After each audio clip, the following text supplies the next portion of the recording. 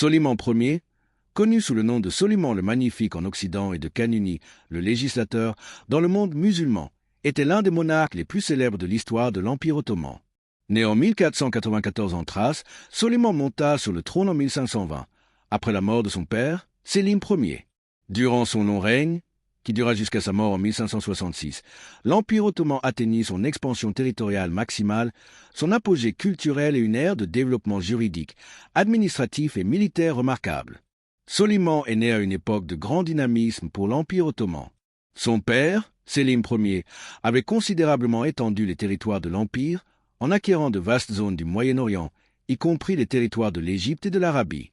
Lorsque Soliman hérita du trône en 1520, il le fit avec une grande préparation.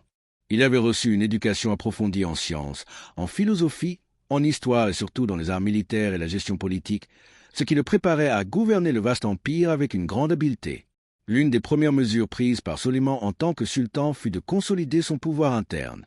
Bien qu'il ait dû faire face à quelques conflits avec ses frères au sujet du trône, le nouveau sultan s'est consacré à assurer le contrôle des différentes factions au sein de la cour et de l'armée, ce qui lui a permis de consolider son règne.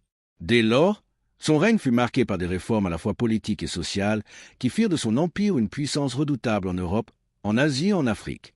Soliman était connu pour ses compétences militaires et son ambition d'étendre l'Empire ottoman.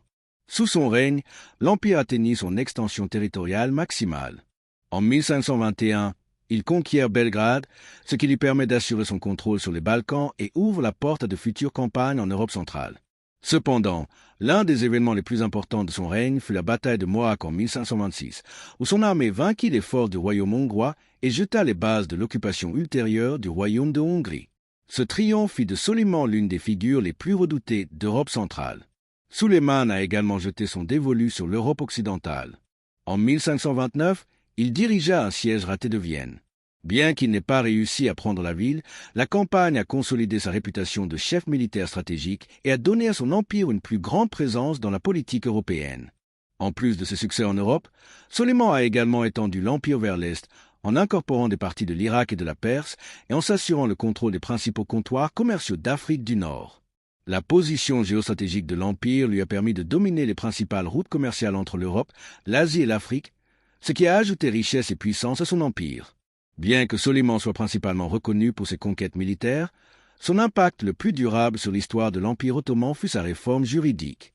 Contrairement à d'autres monarques contemporains, Soliman ne se consacra pas seulement à l'expansion territoriale, mais se préoccupa également de l'organisation interne et de la structuration de l'Empire.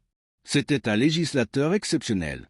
Il a mis en œuvre le Qanun, un ensemble de lois civiles et pénales qui complétaient et harmonisaient les lois islamiques ou charia. Le système juridique de Sulayman traitait de questions telles que la justice sociale, l'économie et l'ordre public. Les réformes de Soliman comprenaient la création d'un système judiciaire plus accessible, la protection de la propriété et les droits des citoyens ottomans. Il a également pris des mesures pour améliorer l'administration fiscale et la répartition des ressources au sein de l'Empire. Sa réforme juridique a non seulement stabilisé l'Empire, mais a également permis une plus grande intégration des divers peuples vivant sous son règne, créant une structure administrative plus efficace et plus équitable. Le règne de Soliman fut également une période d'épanouissement culturel.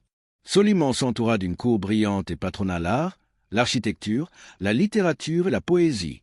Son règne a coïncidé avec l'apogée de la Renaissance ottomane, une période de grande créativité au cours de laquelle les artisans et architectes ottomans ont créé certaines des œuvres les plus emblématiques de l'Empire ottoman.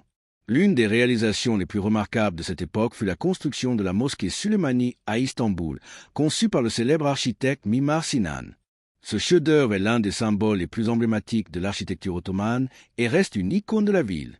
Outre l'architecture, Soliman a favorisé l'épanouissement de la littérature et des arts visuels. En poésie, Sulayman lui-même était un écrivain talentueux et son amour des arts a inspiré de nombreux poètes et artistes de l'époque. Sous son patronage, les artisans ottomans ont produit certaines des plus belles œuvres de céramique, de calligraphie et de miniatures qui subsistent encore aujourd'hui comme témoignage de la richesse culturelle de son règne. La vie personnelle de Sulayman fut également marquée par sa relation avec Roxolana, Hürrem Sultan, une esclave d'origine ukrainienne qui devint son épouse et la mère de plusieurs de ses enfants. L'histoire de leur amour est légendaire, car il ne s'agissait pas seulement d'une histoire d'amour, mais aussi d'une collaboration politique à la cour. Roxolana a joué un rôle crucial dans la politique ottomane, participant activement aux affaires de l'État et promouvant les intérêts de ses enfants. Son ascension au pouvoir était le reflet du pouvoir politique que les femmes pouvaient acquérir dans le harem impérial.